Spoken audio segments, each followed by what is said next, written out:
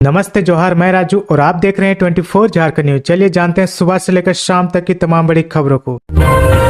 2016 से पहले वाली नियोजन नीति पर होगी नियुक्तियां, सीएम हेमंत ने ली थी राय। हेमंत सरकार ने नियोजन नीति पर करीब 10 लाख युवाओं की राय ली है। जानकारी के अनुसार बड़ी संख्या में युवा जल्द नियुक्ति शुरू करने के पक्ष में है। सरकार के पास भी समय कम है। ऐसे में हाईकोर्ट से खारिज नियोजन नीति को सर्वोच्च न्यायालय में चुनौती या 1932 खतियान आधारित नियोजन नीति की दिशा में बढ़ने की बजाय हेमंत सरकार 2016 से पहले की नियोजन नीति के आधार पर नियुक्ति शुरू कर सकती है। 2016 की नियोजन नीति को अपनाने पर 60% पद एसटी, एससी, ओबीसी और ईडब्ल्यूएस के लिए आरक्षित होंगे, जबकि 40% पद ओपन रखे जा सकते हैं। हालांकि सरकार के स्तर से नियोजन नीति को अंतिम रूप देने के बाद ही नियोजन नीति की तस्वीर पूरी तरह स्पष्ट होगी। मुख्यमंत्री ने बीते वर्ष शीतकालीन सत्र में कहा था कि जैसा युवा चाहेंगे वैसी नियोजन नीति बनाएंगे। इस कड़ी में आगे बढ़ते हुए मुख्यमंत्री की ओर से करीब 10 लाख अभ्यर्थियों और युवाओं से उनकी राय ली गई है। G20 शिखर सम्मेलन को लेकर आज से बंद रहेगा पतरातू लेक रिसोर्ट। G20 शिखर सम्मेलन को लेकर पतरातू लेक रिसोर्ट 22 फरवरी से 4 मार्च तक बंद रहेगा। इस अवधि में लेक रिसोर्ट का रख रखाव व सुंदरीकरण का कार्य किया जाएगा। सम्मेलन के तहत 20 देशों के डेलीगेट्स 3 मार्च को पतरातू लेक रिसोर्ट पहुंचेंगे। नवनिर्मित VIP गेस्ट हाउस में ठहरेंगे। Park area, Chhath ghat, guest house, island, motor boat area समेत पार्किंग एरिया का मेंटेनेंस कार्य किया जाना है। निर्धारित अवधि में सरोवर विहार, चिल्ड्रन पार्क समेत नौका विहार आदि यहां बंद रहेगा। रांची में सुधरेगी ट्रैफिक व्यवस्था, 6 जोन में बंटेगा पूरा शहर। राजधानी में बेपटरी हो चुकी यातायात व्यवस्था को दुरुस्त करने के लिए रांची को 6 जोन में बांटा गया है। शहर के व्यस्तम मार्ग रातू रोड में न्यू मार्केट चौक, ओल्ड जेल चौक, लालपुर, सुजाता चौक और शहीद चौक के जंक्शन को और विकसित करने पर जल्द काम शुरू होगा। इसके लिए छोटे, मध्यम और लंबी अवधि के लिए ट्रैफिक व्यवस्था में 1 माह के अंदर सुधार की तैयारी शुरू कर दी गई है। बीज घोटाला केस में मंत्री सत्यानंद भोक्ता की याचिका पर 3 मार्च को सुनवाई। राज्य के श्रम, नियोजन, प्रशिक्षण एवं कौशल विकास विभाग के मंत्री सत्यानंद भोक्ता से जुड़े 13 साल पुराने 46.10 करोड़ रुपए के बीज घोटाले मामले में डिस्चार्ज याचिका पर सुनवाई अब 3 मार्च को होगी। बहस के लिए मांगे गए समय को अदालत ने स्वीकार करते हुए अगली तिथि निर्धारित की है। बता दें कि बीज घोटाले मामले में सत्यानंद पर आरोप तय किया जाना है, लेकिन आरोप गठन के बिंदु पर सुनवाई से पूर्व उसकी ओर से मामले में 8 दिसंबर को डिस्चार्ज याचिका दाखिल की गई है।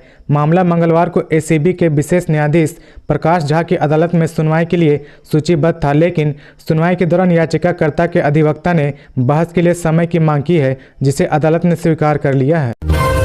टीम इंडिया के क्रिकेटर पृथ्वी शॉ के खिलाफ FIR दर्ज। पिछले हफ्ते क्रिकेटर पृथ्वी शॉ पर हमला करने के आरोप में गिरफ्तार होने के बाद सोमवार को जमानत पर रिहा हुई सोशल मीडिया इन्फ्लुएंसर सपना गिल ने शॉ के खिलाफ प्राथमिकी दर्ज कराई है। उन्होंने अपनी प्राथमिकी में पृथ्वी शॉ पर कई आरोप लगाए। आगे बढ़ने से पहले अगर अभी तक आपने इस चैनल को सब्सक्राइब नहीं किया तो प्लीज सब्सक्राइब कर ले, जिससे आपको झारखंड की हर छोटी से बड़ी खबर की अपडेट आप तक पहुँचता रहे।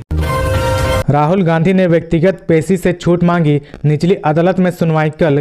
कांग्रेस के पूर्व राष्ट्रीय अध्यक्ष राहुल गांधी ने सारे मोदी चोर कहने से जुड़े मामले में निचली अदालत में व्यक्तिगत उपस्थिति से छूट का अनुरोध करते हुए अर्जी दाखिल की है। अर्जी पर सुनवाई की तारीख 23 फरवरी सूचीबद्ध है। उक्त मामले में न्यायिक दंड अधिकारी की अदालत से राहुल गांधी के खिलाफ समन जारी है। इससे बचने के लिए अर्जी दाखिल की है। मामले में यह अधिवक्ता के माध्यम से पक्ष रखना चाहते हैं। राहुल गांधी के खिलाफ रांची सिविल कोर्ट में लालपुर निवासी प्रदीप मोदी ने अप्रैल 2019 में शिकायत दायर की है। इसमें आरोप लगाया गया कि 2019 में लोकसभा चुनाव के दौरान रांची के एक चुनावी सभा को संबोधित करते हुए राहुल गांधी ने कहा था कि जिनके नाम के आगे मोदी लगा वे सभी चोर हैं।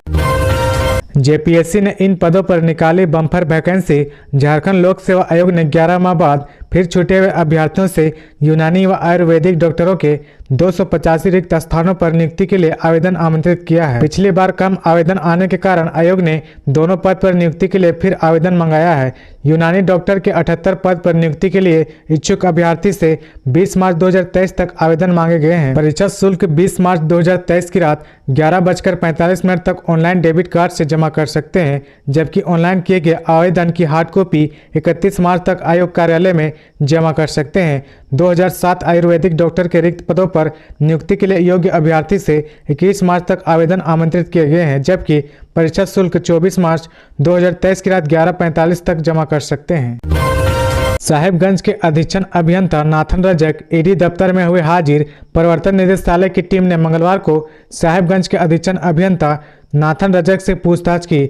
छापेमारी की व्यस्तता के बीच ईडी के अधिकारियों ने उनसे ज्यादा देर तक पूछताछ नहीं की। उनसे उनकी और उनके पारिवारिक सदस्यों की आमदनी और संपत्ति से संबंधित सवाल पूछे। साथ ही उनसे पूछा कि आपने रिम्स में इलाजरत पंकज मिश्रा से क्यों मुलाकात की। इसके बाद ईडी की टीम ने उन्हें संपत्ति से संबंधित दस्तावेज लाने का निर्देश दिया। पंकज मिश्रा को रिम्स में फोन की सुविधा उपलब्ध कराने वाले उनके सहयोगी सूरज पंडित से 22 फरवरी यानी आज पूछताछ होगी। रिम्स में तैनात पुलिसकर्मी भी पंकज मिश्रा की मदद करते थे। ईडी ने जनवरी में रांची पुलिस ने वहां तैनात जवानों का ब्यौरा मांगा था, लेकिन अब तक नहीं मिला है।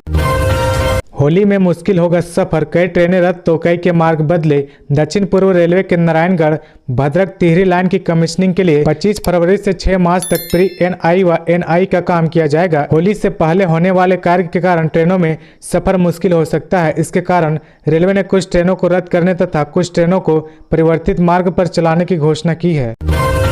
धनबाद में 1478 ग्रामीण व शहरी गृह रक्षकों की भर्ती के लिए आवेदन शुरू।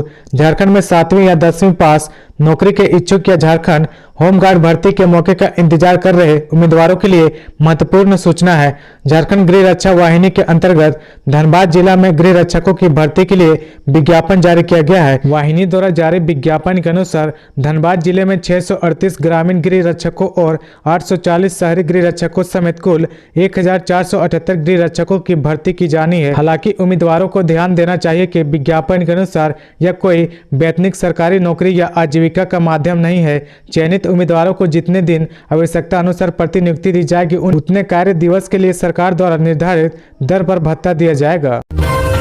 हजारीबाग में कार ने ट्रेलर को मारी जोरदार टक्कर, एक युवक की मौत। रांची पटना मार्ग पर हजारीबाग जिले के इचाक थाना क्षेत्र अंतर्गत बोंगा पेट्रोल पंप के पास हुई सड़क दुर्घटना में एक युवक की मौत हो गई, जबकि एक युवक गंभीर रूप से घायल हो गया। वहीं कार का अगला हिस्सा भी पूरी तरह से क्षतिग्रस्त हो गया है। यह घटना की सूचना मिलने पर घायल युवक को अस्पताल पहुंचाया गया, जहां उसका इलाज चल रहा है।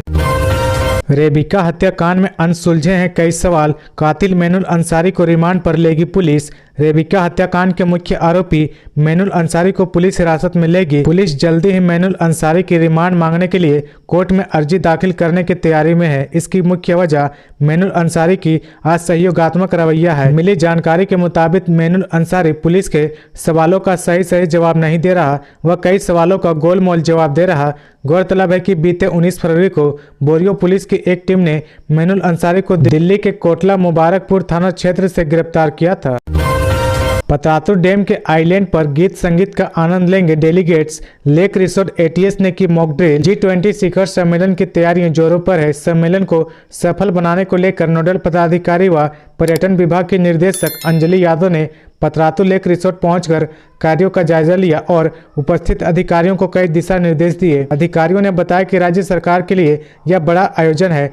G20 शिखर सम्मेलन झारखंड में होना गर्व की बात है। डेलीगेट साइंस एवं टेक्नोलॉजी विभाग से होंगे, उनका सम्मान हमारी प्राथमिकता है। इस शिखर सम्मेलन में G20 देशों के अलावा अन्य देशों के साइंस एवं टेक्नोलॉजी से जुड़े डेलीगेट्स पहुंचेंगे। इनमें बड़ी संख्या में भारत के भी डेलीगेट्स रहेंगे। CMPF घोटाला मामले में झारखंड समेत कई राज्यों में सीबीआई का छापा। सीबीआई रांची ने 1.75 करोड़ रुपए के coal mines provident fund organisation घोटाले में झारखंड, बिहार, उत्तर प्रदेश, उड़ीसा और महाराष्ट्र के कुल 27 ठिकानों पर छापा मारा। छापामारी के दौरान CMPF घोटाले से जुड़े दस्तावेज सहित अन्य प्रकार की गड़बड़ी से संबंधित कागजात मिले हैं। हाल ही के दिनों में रांची सीबीआई द्वारा की जाने वाली यह सबसे बड़ी छापेमारी है। सीबीआई ने 17 जनवरी को CMPF घोटाले के सिलसिले में प्राथमिकी दर्ज की थी। इसमें आरोप लगाया गया था कि CMPF के संबंधित कर्मचारी कुल बाहरी लोगों और बैंक कर्मचारियों से मिलकर फर्जी अकाउंट बनाकर उसमें पैसा ट्रांसफर करते थे। इस मामले में Canara bank, Indian overseas bank, UCO bank और ओरिएंटल बैंक ऑफ कॉमर्स से कुछ कर्मचारियों की भूमिका भी संदेहास्पद बताई गई है। हाथियों का आतंक जारी, जंगली हाथियों ने अब रामगढ़ में डाला डेरा। गोला वन क्षेत्र में एक बार फिर से जंगली हाथियों के झुंड ने उत्पात मचाना शुरू कर दिया है। मंगलवार की सुबह ही करीब 1.5 दर्जन हाथियों का समूह सोसो कला और कुम्हरदगा गांव में प्रवेश कर गया है। हाथियों के आबादी वाले क्षेत्र में प्रवेश कर जाने से ग्रामीण डरे सहमे हुए हैं। दिन भर गाँव में अफरा तफरी का माहौल बना रहा। झारखंड में आज से लगेगा युगांतर भारती का पर्यावरण मेला। युगांतर भारती का 10 दिवसीय पर्यावरण मेला बुधवार यानी आज से मोरहाबादी मैदान में शुरू होगा। मेला का उद्घाटन शाम 4 बजे झारखंड उच्च न्यायालय के न्यायमूर्ति डॉक्टर SN पाठक करेंगे। मुख्य अतिथि वित्त मंत्री रामेश्वर उरांव होंगे। मेले में पर्यावरण संरक्षण से जुड़े विशेषज्ञों का व्याख्यान होगा। वहीं प्रत्येक दिन शाम में सांस्कृतिक कार्यक्रम होगा। बुधवार की शाम बनारस घराने के शहनाई वादक संजीव शंकर एवं अश्विनी शंकर अपनी कला का प्रदर्शन करेंगे। 23 फरवरी को झारखंड के सभी जिलों में चित्रांकन व निबंध प्रतियोगिता होगी। इसी दिन शाम में छौ नृत्य होगा। 24 फरवरी को प्रदूषण और स्वास्थ्य पर इसके कुप्रभाव विषय पर संगोष्ठी होगी। चक्रधरपुर पुलिस ने पशु तस्कर गिरोह का किया भांडाफोड़, 100 से अधिक पशु जब्त। चक्रधरपुर पुलिस को एक बार फिर पशु तस्करी मामले का खुलासा किया है। पुलिस ने 100 से अधिक पशुओं के साथ लोगों को हिरासत में लेने की सूचना है, लेकिन अभी तक पुलिस किसी की गिरफ्तारी की बात से इनकार कर रही है। जानकारी के अनुसार मंगलवार की रात को SP आशुतोष शेखर को गुप्त सूचना प्राप्त हुई थी। पश्चिम बंगाल के कुछ पशु तस्कर चक्रधरपुर थाना क्षेत्र के कुछ स्थानीय लोगों के साथ मिलकर बड़े पैमाने में पशु तस्करी कर रहे थे। चक्रधरपुर प्रखंड के पदमपुर से बांझी कुसुम होते हुए कुदली बाड़ी के रास्ते से पश्चिम बंगाल ले जाने वाले थे। तो ये थी आज की झारखंड की टॉप बड़ी खबरें। इसी तरह झारखंड की हर छोटी सी बड़ी खबर देखने के लिए आप हमारे चैनल 24 झारखंड न्यूज को सब्सक्राइब करके बेल आइकन प्रेस कर ले, जिससे आपको झारखंड की हर छोटी सी बड़ी खबर की अपडेट आप तक पहुंचता रहे। तो आज के लिए बस इतना ही। हमें दीजिए इजाजत, फिर मिलते हैं नेक्स्ट न्यूज में।